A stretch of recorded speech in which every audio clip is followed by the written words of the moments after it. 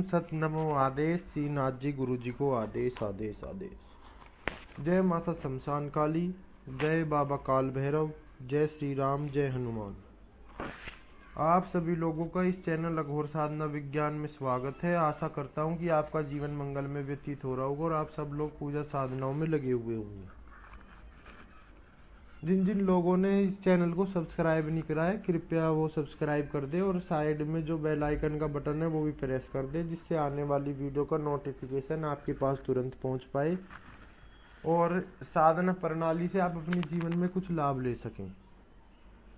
तो आज लाइव में कई भाइयों ने बोला था कि कुछ अपनी ज़िंदगी का इंसिडेंट शेयर करिए, तो मैं आज आपको एक इंसिडेंट शेयर कर रहा हूँ जो कि बहुत साल पहले की बात है। जब एक जो व्यक्ति परेशान था उसने हमको बुलाया था, हमारे गुरुजियों को भी बुलाया था, जो कि सारे जगह धक्के खाकर आ गया था। उसके ऊपर कोई चीज़ परेशान करती थी, उनके परिवार को तबाह कर दिया था। वो बहुत अच्छे मतलब कि बहुत ऊंचा घराने टाइप के आदमी थे। बहुत उनका बड़ा घर था, मेरे ख्याल से 2-3 एकड़ में रहा होगा।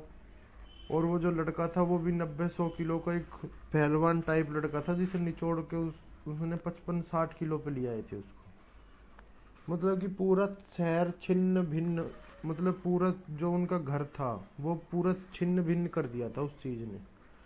और घर में भी फिर मानसिक हालत सबकी खराब रहती है। किसी कोई ऐसा इतना स्वस्थ आदमी एकदम से ऐसे हो जाए, बीमारी हो या फिर कुछ और हो तो अलग बात है। टेस्ट करवाते थे तो कोई बीमारी भी नहीं पाती थी। तो ऐसी ऐसी परिस्थितियां जिनके साथ हो जाती है, उनका दिमाग है सेंटर से हिल जाता है। जगह जगह लोग धक्के खाते हैं, कहीं पैसे लुटाते हैं, फिर भी आराम ना हो तो बहुत मतलब कि एक नेगेटिव और मतलब कि एक उदासी वाली फीलिंग आती है आदमी के जीवन में। तो जैसे हम पहुंचे, वो हमें लेने आए थे वहां पर, तो वही आदमी गाड़ी चला के आया। तो मैंने बोला, अरे गुरुजी ये तो ढोंगी लगते हैं कोई।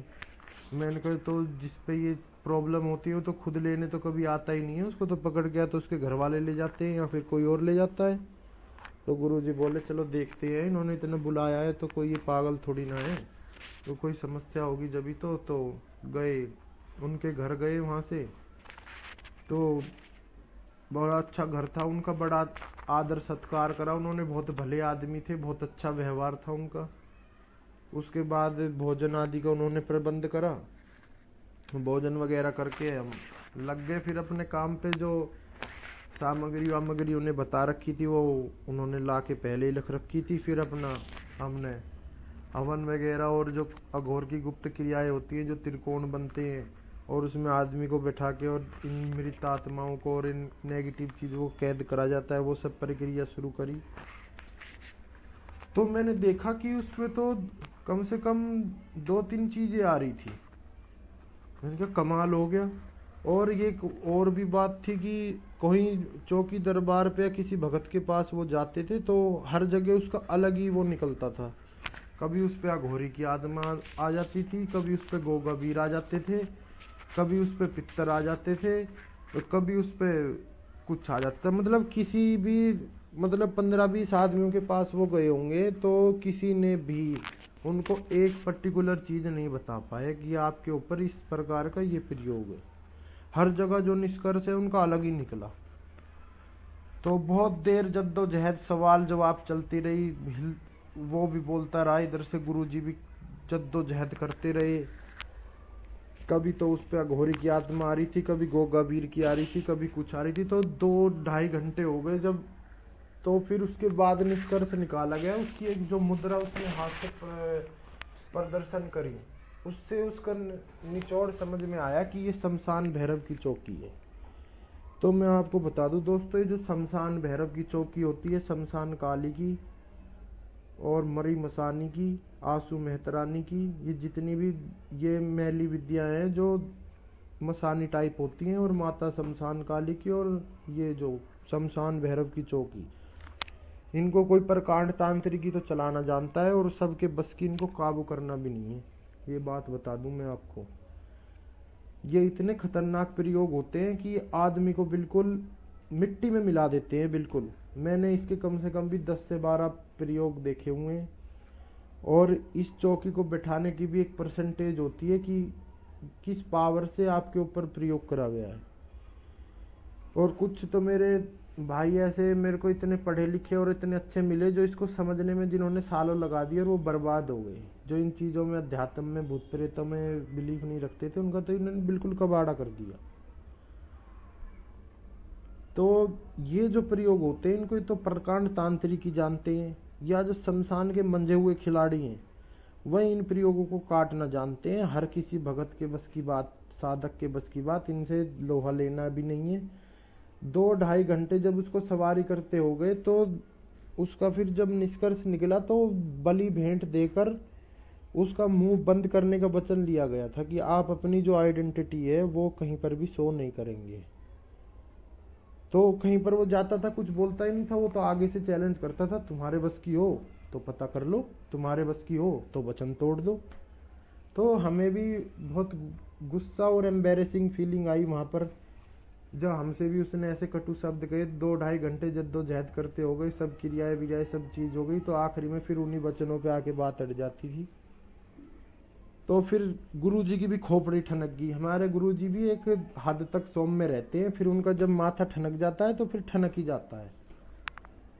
तो उन्होंने अपना सबसे बड़ा हथियार जो उनके गुरुदेव ने उनको प्रदान करा था, जिसमें असीम शक्ति होती है नाथों की, अपनी नादी निकाल के और आखिरी में जब उसके गले में डाली तो पूरे इसके शरीर में आग लग गई, जैसे पेट्रोल छिड़क दिया उसके ऊपर और माचिस की तिल्ली दिखा दी हो। ऐसे भागे बिल्कुल बुरी तरह, यूं लगा लो जैसे जल रहा हो बिल्कुल अंदर से। फिर आए वो, फिर अपनी लाइन पे आया, हाँ मुझे वचन दे के इसने ऐसे छोड़ रखा है, बलि दे के छोड़ रखा है, मैं भी इसका बुरा नहीं करना चाहता, मुझे भी इन पे तरस आता है, मैं मजबूर हूँ, मेरे को ठीक करो, मेरे वचन तोड़ो। तो उसके जब गले में नादी गई तो उसने अपना पूरा बखान कर दिया। फिर यहाँ दिल्ली में तो मैं आपको बता दूं कि मसान में जाके चिता बिता पे क्रिया नहीं कर सकते, शमशान घाटों में भी कैमरा लगे हुए हैं। आजकल इतने एडवांस टाइम हो गया है कि मैं क्या बताऊं आपको। तो बलि के लिए फिर उनसे बोला गया तो बोले यहाँ पर तो जी गांव में तो हम ये क्रिया नहीं कर पाएंगे, गांव वाले हमें कहेंगे कि पता नहीं क्या जादू टोना करवा रहे हैं, उनके यहाँ पर तो विरोध हो जाएगा। तो फिर बाद में उनका जब सब निष्कर्ष निकाल दिया गया तो बाद में उनकी बलि भेंट पूजा आदि दे के जो शमशान की क्रिया थी जिनमें 2.5 से 3 घंटा कम से कम लगता, फिर बाद में उनका जब वो करा गया तो जब जाके वो लड़का ठीक हुआ। तो ये छोटा सा इंसिडेंट था। हमारे गुरुजी बोले नॉर्मल भूत प्रेत मसानी ये छोटे मोटे ये तो सब चीज हर कोई करता है, उनके आज तुझे टक्कर की चीज दिखाते हैं। तो हमारे गुरुदेव ने हमें उसे दिखाने के लिए स्पेशल बुलाया था और वहाँ पे हमने एक अघोरी की और शमशान भैरव की टक्कर लाइव देखी थी, जिसमें 3-4 घंटे लग गए थे, कोई भी हार नहीं मान रहा था। फिर जब उसके गली में नादी गेरी गई गुरुजी के द्वारा अपनी, तो उसके शरीर में ऐसी आग लगी जैसे पेट्रोल छिड़क दिया हो, और बिल्कुल ऐसे तिल बिलाए। उनके घर में इतना बड़ा गार्डन था घास का, उस पे इधर से उधर भागे, माफ कर दो, इसे निकाल दो और ये कर दो। फिर बाद में उनका इलाज करा गया, बहुत आज वो सुखी है। और मैंने ये देखा कि ये जो शमशान भैरव की चौकी होती है, शमशानी चौकी होती है, घर का बिल्कुल तहस नहस कर देती है। इनका जितनी जल्दी हो एक योग्य साधक से आपको इलाज करवा लेना चाहिए। और आप शुद्ध स्वच्छ भोजन करते हो और जब भी आपको नई नई बीमारी, कभी किडनी में प्रॉब्लम, कभी पेट में प्रॉब्लम, कभी किसी चीज़ में प्रॉब्लम हो रही है, तो निश्चित रूप से आपके ऊपर कोई तंत्र प्रयोग है। तो उस दिन मैंने देखा था कि इन चीज़ों की क्या शक्ति होती है और ये कितनी अड़ियल स्वभाव की होती हैं, और कितना ये आदमी को मेंटल टॉर्चर कर देती है, कितना धन का नुकसान होता है, और कितना आदमी का मतलब कि एक नॉर्मल दिनचर्या को बिल्कुल ये ध्वस्त कर देती हैं।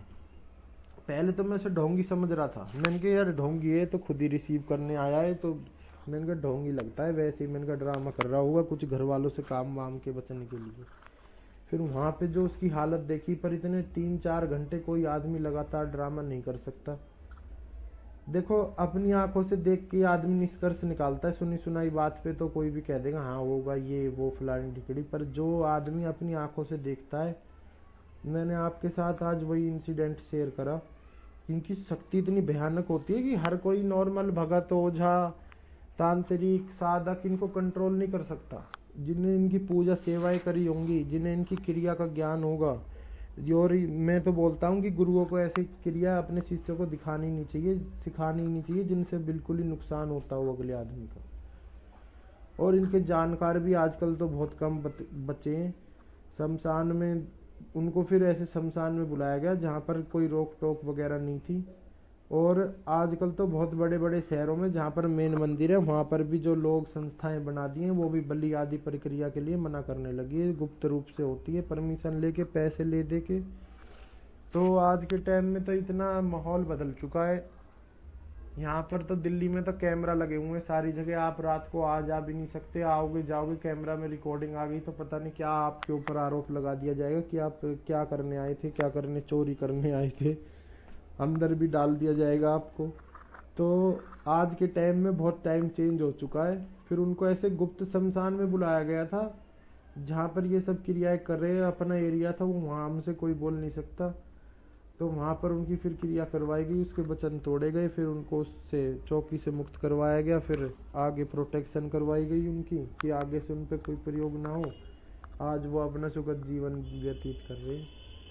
तो जिन जिन भाइयों ने बोला था कि आप अपने ज़िंदगी का कोई इंसिडेंट बताइए, तो आज मैंने आपको एक छोटा सा इंसिडेंट शेयर करा है। अगर आपको मेरे द्वारा दी गई चैनल पे जानकारी अच्छी लगती हो तो लाइक शेयर सब्सक्राइब करिएगा। आदेश आदेश आदेश।